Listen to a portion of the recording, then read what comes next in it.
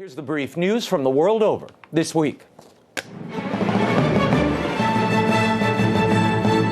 A new year, a new Congress, and a new effort to repeal Obamacare has begun. Shortly after newly elected members in both chambers were sworn in on Tuesday, work began on budget legislation, seeking to save $4 billion over the next decade, effectively dismantling the Affordable Care Act. Details of what will be cut have yet to be determined. However, Republicans have set a deadline of January 27th for this initial phase of repealing the health care legislation. Meanwhile, President Obama went to Capitol Hill on Wednesday in an effort to save his signature achievement. Behind closed doors, he urged fellow Democrats to not work with Republicans in developing potential replacements. This in spite of the law's shortcomings. President-elect Trump quickly responded via Twitter, warning Republicans to be careful that the Democrats own the failed Obamacare disaster, end quote. Vice President-elect Mike Pence was also on Capitol Hill on Wednesday, meeting with the Republican majority. He told reporters that Obamacare would be unraveled through a two-track approach of executive actions and legislation. More about this and what else to expect from the incoming Trump administration in our next segment. And over the weekend, a federal judge blocked the Obama administration's efforts to expand abortion rights and those who identify themselves as transgender. U.S. District Judge Reed O'Connor of the Northern District of Texas issued a preliminary injunction.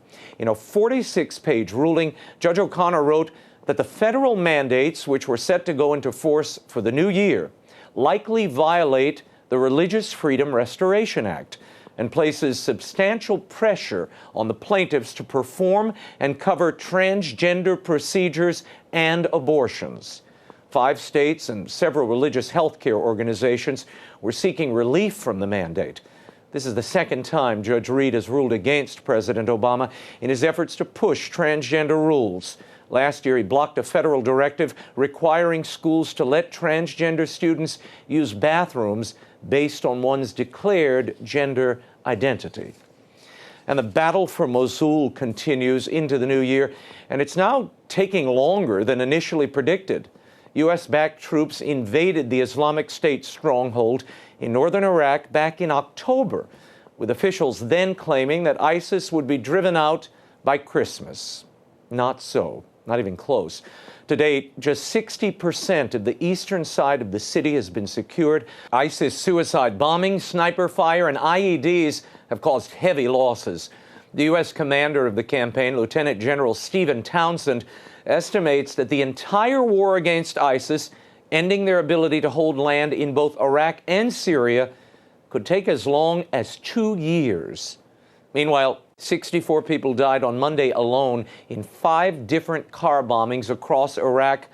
And on New Year's Eve, 2 bombs in Baghdad killed another 24 people.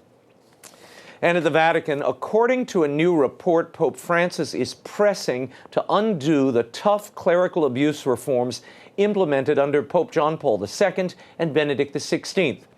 Citing 2 Vatican sources, the UK-based magazine The Week reports that the Pope is exploring taking away the responsibility for sex abuse prosecution from the Congregation for the Doctrine of the Faith and returning it to the Congregation of the Clergy and the Roman Rota. In other words, to the pre-2001 arrangement.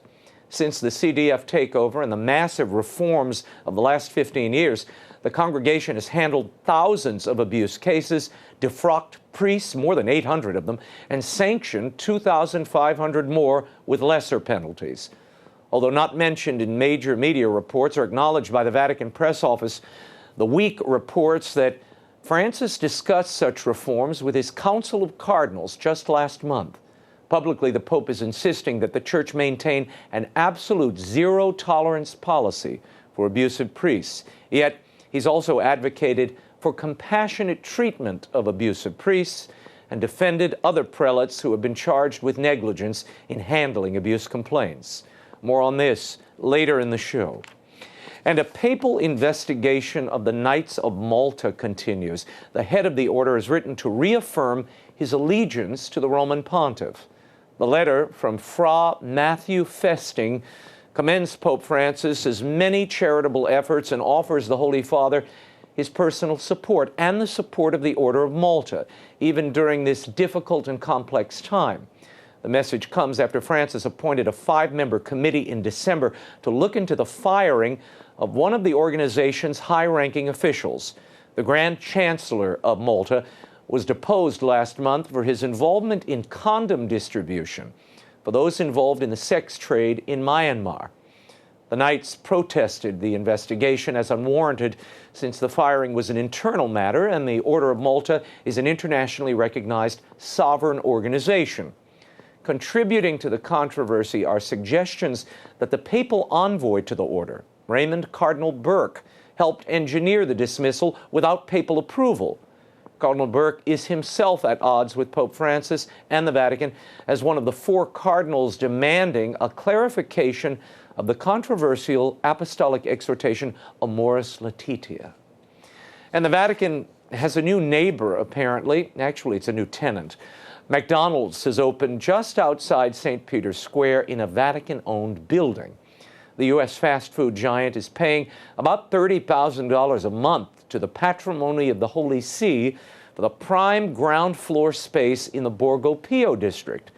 Not everyone is loving it. Long before its opening this week, Vatican Cardinal Elio Sreccia called the restaurant's presence a perversion, selling what he called, quote, unhealthy food that I would never eat.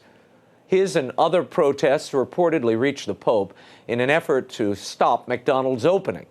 The source of the angst could be that several top Vatican officials live in the apartments directly above the restaurant. The Borgo Pio McDonald's is actually one of 3 golden arches within the shadow of the Vatican. They'll be open 7 days a week, and Wi-Fi is available. I think I'll stick with Arroyo. And the cause for sainthood for Mother Angelica's spiritual mother, Rhoda Wise, is progressing in the Diocese of Youngstown, Ohio. The Canton mystic played an integral role in Mother Angelica's faith formation. A postulator for her cause has been named, and a local tribunal will begin its inquiry into her life.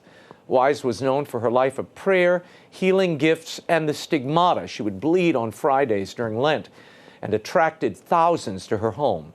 Raised a Protestant, Wise later embraced Catholicism following an illness and supernatural visions. Young Rita Rizzo visited Rhoda Wise, who advised her to pray a 9-day novena for relief of a stomach ailment. It worked, and young Rita later entered the monastery taking the name Sister Mary Angelica of the Annunciation.